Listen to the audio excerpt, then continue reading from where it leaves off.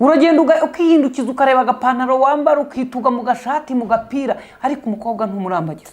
Abasore bo ntibagikunda guseba ubwo se umuganirije kanakubwira nabi. Igihe cyose rero mu cyumva ko mukora mwishyura abakobwa bahagarika akazi bagasanga ntugira akabanza kuko 300,000 waguze 1,300,000 waguze wig iwanyi Kamonyi harimo ubutaka. Ahubwo abahungu tugira n'amafaranga.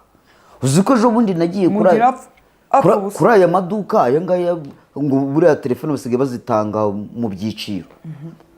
Umukobwa ndahamusanga sinzi telefone nabonaga bamuhaye harangije kwa ko gwishyura inshuro 3 umuhungu bamwoherereje 700 da yo guhita bishyura aho ngaho yo kwicishura icyiciro cya mbere ugazongera yishyura n'ibindi byiciro. Icyo ntacyo gitwaye.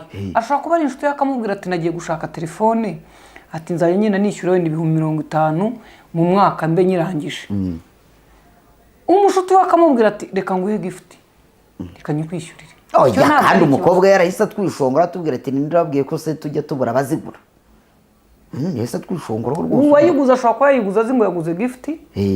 Uyigurirwa akabazi ko ari uko abagabo bose babagurira.